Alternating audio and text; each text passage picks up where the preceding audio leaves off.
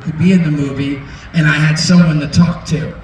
But I didn't plan on doing it, so Clerks, I was super nervous. So when we would film like the scenes outside, I'd be like, you know, it was late at night, so not a lot of like randoms would be watching. Every once in a while, someone would be up late and be watching from the street, but it was mainly people that were working on the movie. So therefore, I was able to be like, Kev, can you ask Danny and the grip guy and this guy right here to go inside? I don't want him watching me because I'm too nervous. And he was like, what? Like, anyway, so I was super nervous, and we were inside filming in the store. I had to ask everyone to go outside and wait because I was so nervous during Clerks. So during Mallrats, he was like, look, you can't be nervous. There's like, it's a studio movie. There's like a bunch of crew members. We can't ask them to go outside and wait. So like the first few days, he like focused on exactly what I was doing, but then he's like, okay, you're not, you got over it, sort of, and now you're like doing your thing. So yeah, I don't think he was so like stopwatchy with me as much as, like, I think he thought like Lee's dialogue, I think he was really tight on, because he wanted his like, the sound, how he pictured it in his head, writing like, you know, Lee does it great where he's like, I kept trying to think of a scene where he's like, you know, the mall is, or sorry, the food court is on the other side of the mall. Like that type of stuff, Kevin really wanted a certain way, and he thought Lee was perfect at it. But yes, he was very particular with Lee and Jeremy's dialogue, their banter back and forth and all of that. So I hope that answered your question. Yes, sir. You guys make such funny movies. Was there any movie that was the hardest to keep a straight face through making it? Oh, you're asking me any scenes that were really hard to? Yeah. Oh my God. So there's a few scenes that Kevin actually got a little bummed with me because I could not stop cracking up. So there's the scene where you could tell I'm really laughing in Jam Bob Strikes Back when we're in the back of the van and Justice comes out and I come up and I'm like, I'm gonna get some poop, I'm making a monkey. Stealing a monkey. Like I really start laughing because I thought it was, I don't know, for some reason I thought it was really funny. But what was really funny in that same scene, you know, when I'm like, if you were a sheep and I was a sheep, would you sheep the sheep, you know what I'm saying? Sean William Scott's delivery, how he's like, of course. I could not stop laughing. And then Kevin's like, cut! And then like we reset, we do it again, I start cracking up. We reset, we do it again, I start cracking up. So much so that, you know, like I start laughing, Sean William Scott started laughing, so I started laughing harder because he was laughing, and then someone else started laughing because I was laughing so hard, I was crying and tearing, and we had to cut and like wait to like calm down. So there was that scene in the back with Sean William Scott in the back of the van. But also Chris Rock in the train, when we're all on the train and Matt Damon, I think, or Ben has Linda Fontino, and he's like backing up in the train, and he's like, come on, Bartleby, you don't want to do this. I was sitting in the chair, and from the side angle, it looked so funny to me because because Chris Rock, his just hands in the way he was, is like, don't do this. Like I can't explain it, but it made me laugh so hard that like Chris Rock like looks over and said, bro, I'm in the middle of a scene. What are you doing? And I'm like, I'm sorry. Nah, you know. And then like we cut, and then same thing, and I just kept laughing. But yeah, those are two scenes that Kevin like literally had to cut. We had to wait until. And then I'll tell you a funny story. It's the opposite of this, just to keep things rolling.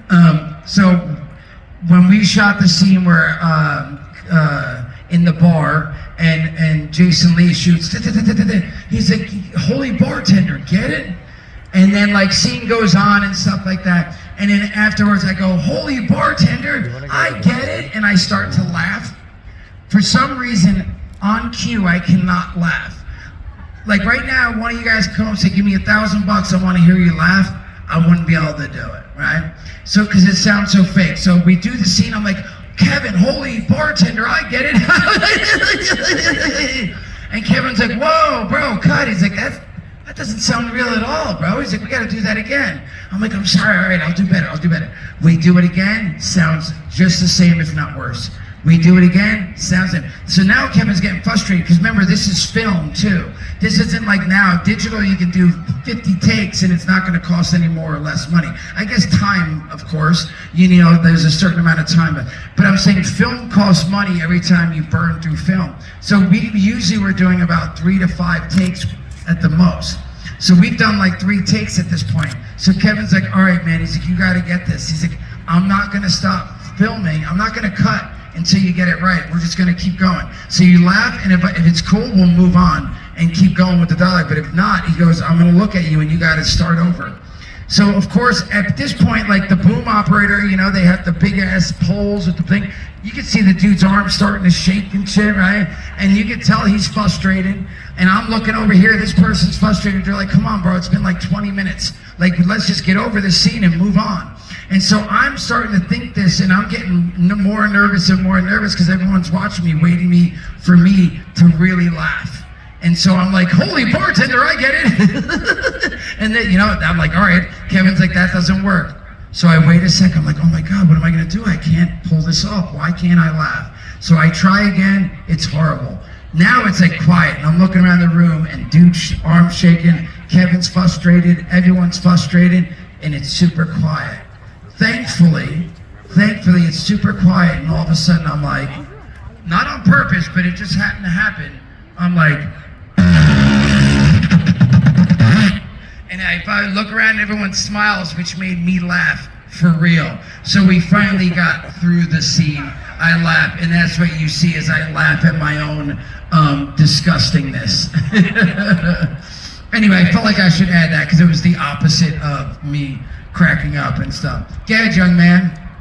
Yeah, I heard that becoming a garbage pail kid was one of your major highlights in life. I'd just like to hear your take on that. Oh, it's awesome. I mean, I grew up loving garbage pail kids, collecting them. We would, you know, we'd call each other the names of the garbage pail growing up. So it's cool. I think not just that. I just think for me, in a whole, like it's so surreal. Like I still remember being in the hotel when we got our first action figure. Like the guy met us in the hotel room at Chicago Wizard Comic Con or San Diego Comic Con. That's a blur. But we're in the hotel, and it's the first J where you push the button and it's like, I'm all about the clam, you know, like all the different sayings. It's like the original action figure. And it was like the 2-up. And I'm like, oh my gosh, we're gonna have action figures of us.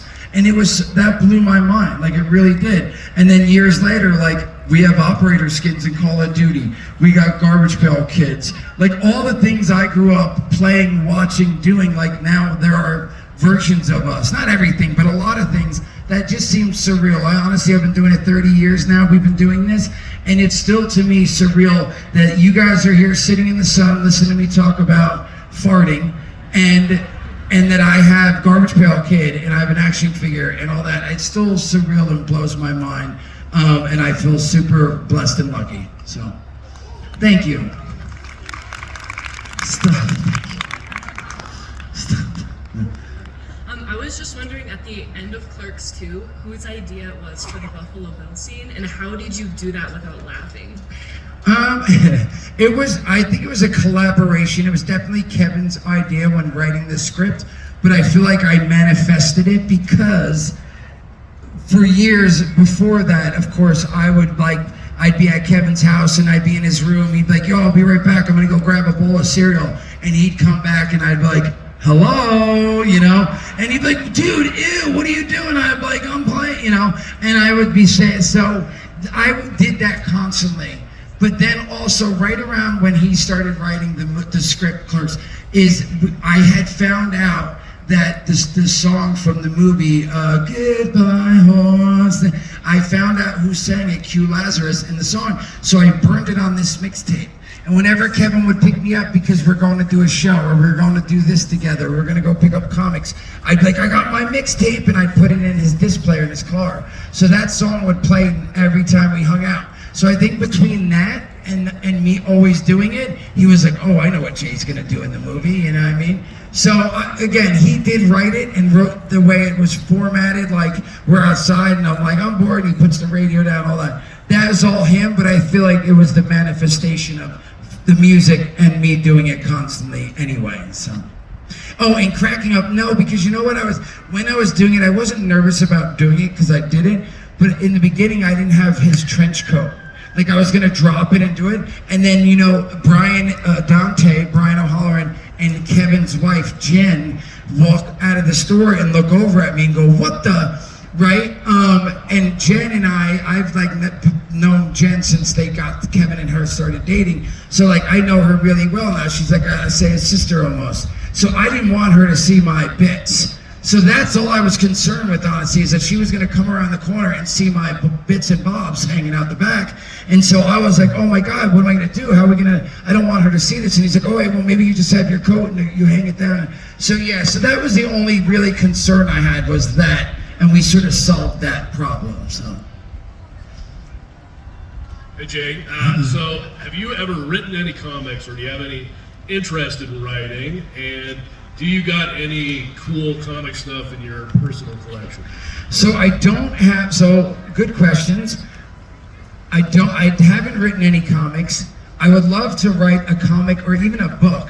People, not say everybody, but over the years, there's been a handful of people who are like, you should write a book on like growing up in this town and your addiction and this and that. And I'd love to do that. And or a comic, but I feel like when I sit and I'm like, you know what, I'm gonna write a comic. I get there and I'm like, write like 3 things. I'm like, that doesn't make sense. That doesn't, like, I feel like I have too many ideas that try to cram into one, and I'm talking about a cow, and then I'm talking about a superhero, and there's a cow, and then there's a baby, and like, I just can't put my thoughts together, which I wish I could, because it would be really cool, I feel, to write a comic book. And as for my collection, all I have left, the bummer is I've moved so many times, and over the years, first I moved from Jersey to LA, and my sister was in charge of paying my storage fee, who my whole family, my mom passed away from HIV from addiction to heroin, my sister's addicted to heroin, my brother and myself. Well, and again, I'm clean now, 15 years, but thank you. But I'm saying it's just in there. So of course, when I was sending her money, she was not paying for the storage, so all my comics, I had like 20 gas-powered remote control cars. I was really into them for a while. I would build them, I would get all the extra aftermarket parts and anyway, it was really fun. But all that stuff was in storage and got sold. So I don't have my old comics, and then I started collecting more, but then I moved here to here that oh darn, that box got left behind, or I can't carry this, so I'm gonna send it to the comic book store, and it's in the basement. The only thing I've kept is the whole run of the Justice League, the JLA books I have in a box at my house, and I have the Vigilante series, mini series I have. The Vigilantes 50 issues, I have that, and then I have Deadshot, Batman. It's like a 4-part mini series. I just saw them because I just moved into a house and moved that stuff. So I don't have anything great, but I have one prized possession of a comic. It's a Wolverine book that's Stan Lee signed, and it's to Jolly Jason, your friend Stan Lee. So yeah, it's really cool. So I have that comic book, and he signed a poster for me too. I have a Mallrats poster framed that I really love that Stan signed. So, but yeah, that's Is that the JLA run from the late 90s? Yes. Yeah.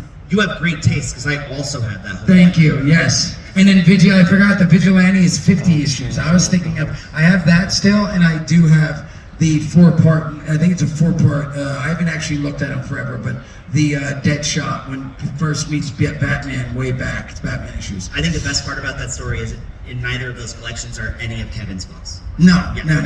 Well, I have Kevin's stuff too, but Kevin, we have a bunch of stuff we get sent. I was talking to him, all these shirts, I have a pile of Dogma Mallrats shirts. We just got a blanket from people who make them and send them, and it's awesome. And then these shoes, and then we have our coins.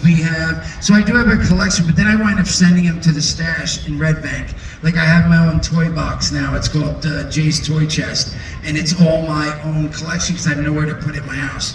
The wife was cool with my cool Batman posters and things hanging on the wall the first couple of years, and then she was like, take that down. Take that down. Take that down. Hi, Jay. Hi. I just had a question. what was your favorite role to play, and what movie would you do like a second? Sorry, so I think I sort of. Are you talking about just in Kevin's J's or all the indie movies and everything? I have to honestly say, and it's probably most of you haven't said, Jimmy was fun. Don't get me wrong. I really would love to do more Jimmy. But one of the easiest and coolest that I could see doing multiple movies and would be selfishly easy for me is I did this indie movie in Canada called Silent but Deadly.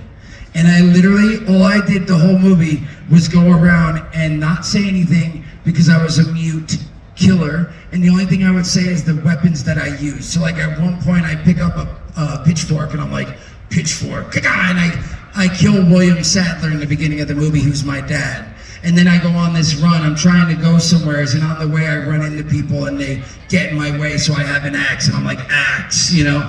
And I literally didn't have it so great, because I would just wake up, get in costume, the same outfit, and I would just sit there and I didn't have to memorize any dialogue. So it was beautiful, and I could picture doing like a trilogy of that, like just movie after movie where I just get to go and I don't have to worry about any dialogue. I'm just like, you know, microphone. So, but again, that's me being selfish and thinking about the dialogue and not worrying about it. But fun, I would say, I really did like Jimmy, because I was like in there enough, but I wasn't the main character, but I was in there enough, and I bring some wisdom to it. And he was goofy, and it was fun. So if you guys haven't seen, honestly, check out, if you do like my stuff, check out Todd and the Book of Pure Evil. It's fun. It's about this book of evil, and like, it's like almost like a Friday. Do you remember that old series, Friday the 13th? Not like the movies with Jason, but there was a TV show called Friday the 13th, and there was an antique store that were all, it was so awesome. So it's very similar, like the book. If you like, if someone's like, I feel like everyone's bullying me, and I want to be, you know, I want to be better looking, and then like the girl winds up doing that, but there's consequences, like everyone else is doing that. Anyway, so check it out if you're Todd and the Book of Pure Evil. Netflix. How much long? How are we on time here? We have 20 minutes, We have 20 more minutes? but we don't have to use them all. Oh my goodness. How long, is it supposed to be an hour? 50 minutes, 50.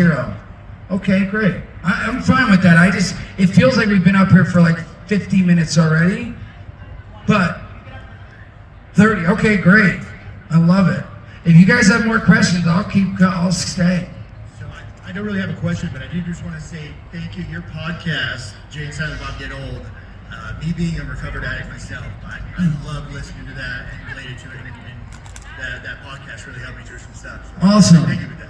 No, thank you. So if anyone has no idea, thank you, because I'll talk about that. Is Kevin and I started many years ago. We had started, Kevin was doing all these podcasts with Ralph Garman, Scott Mosier, and I remember like I had just gotten out of a detox rehab, if you will, and I had been sober probably about 4 or 5 months, and I'm like, yeah, man, you're having so much fun with these podcasts, I want to do one.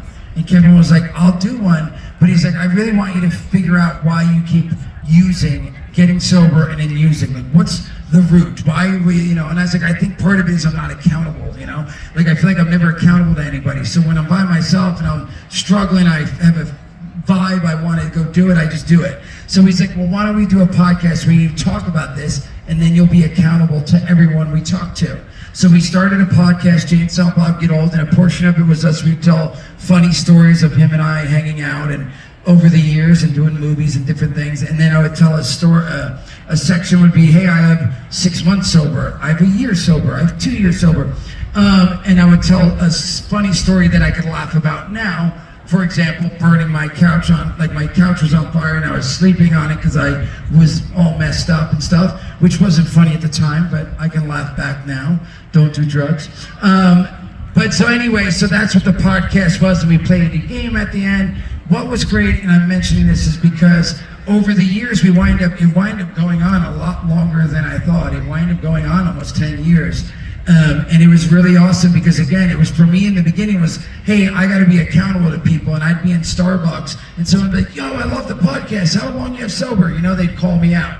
And it really was helpful sharing my stories, people calling me out on Starbucks and Walmart, whatever. But I didn't realize at the same time people would come up and like, oh my God, dude, I went to detox, I got out, I went to meetings, I didn't like the meetings, and I was about to use, and my sister gave me this podcast, and I listened to every episode, and it kept me sober one more day. And that was awesome. I didn't expect the podcast to do the opposite by helping other people that listen to it. So thank you for sharing that. And yeah, so it was good. It was a good thing. Thank you. So, apart from the goofy question at the beginning, Yes. and sitting here and watching the Mallrats panel yesterday as well, and kind of geeking out about the whole Mosquitoverse thing, there were comments that have been made, and you made one earlier about like 30 years ago. Yeah. Was there a moment for you when you went, this isn't just a weird fulfill Kevin's dream to make a movie, this is going to be a part of my life, this is a major thing, I'm part of it? And how did that, if there was that moment, how did it hit you and how did you process it? I don't know. I don't think it's I think when I felt that people were digging it, it was sort of more than what it was, just doing it with everybody. I think it was Dogma for me that I realized, like, wow, we've done Clerks and Mallrats, Chasing Amy, and now Dogma, and people, are talking about Jay and Bob and all this stuff. I think that's when I realized, like, wow, this is something, people dig the movies and stuff. But I don't think I've ever had, it's still surreal to me in the sense that I don't ever wake up and go, yo, man, fucking people love me and shit, I'm Jay and Bob. It's weird to me. I never say I'm famous or a celebrity. Like, it's just a weird word to say because I really don't feel that way, and I'm not just saying that. Like, I know that people like the movies. I love that. I love hearing the great stories of people in the military that they're struggling out there, and they put in a Jay and Bob movie and makes them smile while they're in the shitty ass Afghanistan or Iraq or whatever. That stuff I love, because I love that people can get joy from it and all that. So I'm just saying, like, I don't think I've ever had a moment where I'm like, but I do feel that Dogma was when I was like, wow, this is something we're continuing to do, and Kevin's gonna keep making movies, and people dig them, and I enjoy them, and I love making them, and this is something I want to continue to do. Hopefully we don't have to go back to roofing, because we did Clerks and I went back to roofing. We did Mallrats. I came home, roofed and delivered pizza. I did Chasing Amy. I was still delivering pizza and doing tile work with my friend construction. And it wasn't until Dogma that I was like, when I got home from Dogma, sort of when I was like, okay, I still delivered pizza a little bit for my friend because he owned a pizza shop.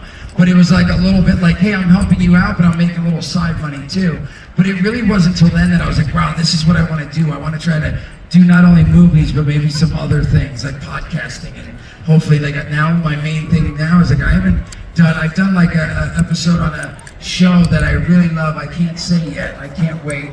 I just did it recently. But again, it was one episode. Hopefully they have me back for another episode. But regardless, TV and movies, I feel like I haven't done much of that in the last 2 years. It's mainly been like, I do like 4 of these a year, and I've been doing stand-up comedy has been my main thing right now. Is Jay Mewes and it was Jay Mewes' Amusing Stories I did for like 2 years. Now it's Jay Mewes' Diary of a Man-Child, and I've been touring with that all over, and that's been my main source of like work, is and working and stuff. Not, and then Kevin and I have our different, like, we went on, Kevin and I are still touring. We did 10 days about 6 months ago. We went to 10 different cities doing the oral sect tour, which is very similar to Jay and Bob Get Old, but we didn't want to call it that because we weren't talking about my sobriety. We weren't playing the game at the end that we played for so many years, which was so much fun. I don't think there's kids here now, but if you guys don't know the podcast, we played a game at the end called Let Us Fuck.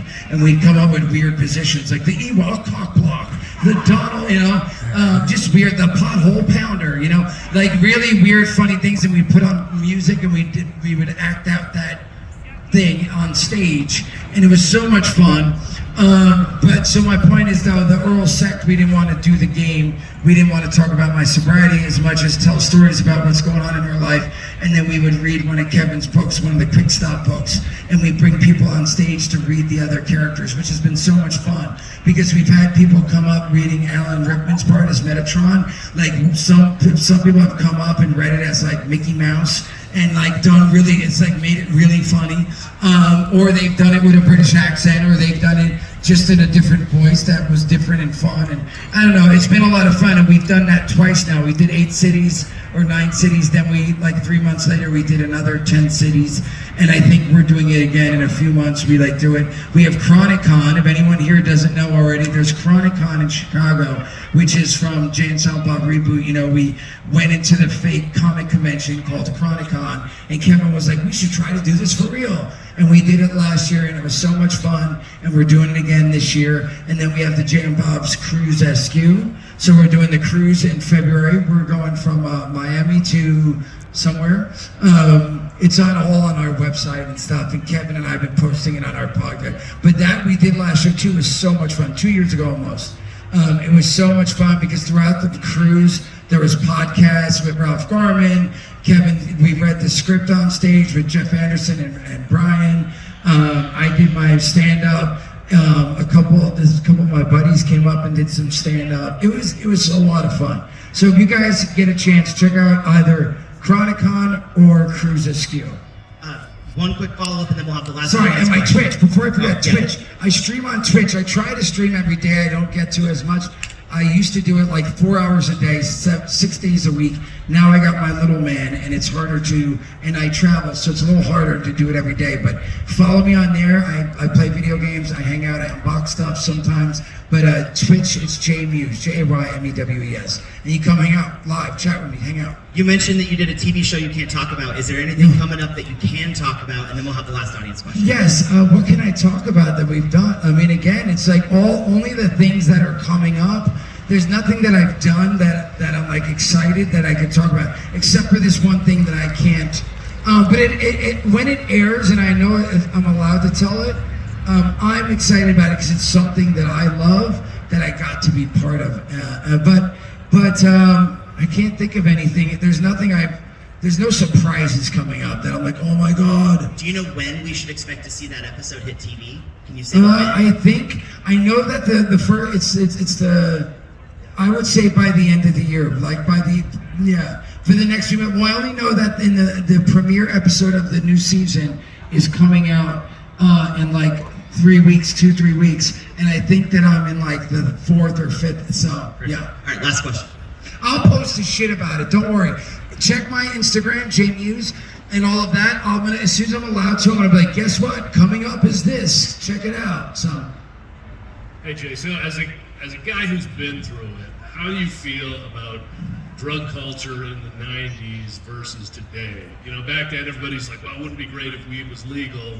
Now it is. Everybody's looking around going, is this good? Is this bad? I mean, is it leading to good stuff? Is it leading to bad stuff? Maybe I don't know. I mean, I think it's. I never thought weed was bad. I mean, I guess I know the whole process of like meeting people in back alleys is not safe. So I would imagine it's better. I don't really follow along, but I think it's better because I know. Again, I told you my mom has passed now, but I have a friend and my mom. You know, not even just for recreational. My mom couldn't hold food down, and they prescribed her Marinol, which is THC pills, and it was the only thing that helped her eat. My friend who was 22 passed from cancer.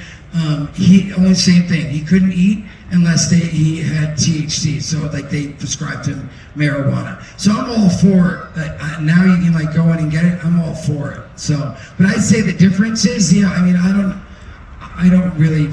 know. And I don't really think about except that there's crackheads and stuff, and I try to stay away from that. Is it sort of like when Howard Stern is on the radio and he wants to swear, but he's got these rules that won't let him, so he's got to get more creative. You know, like with weed, you always wonder, was it better when it was illegal, but you could get it, but you had to be more careful.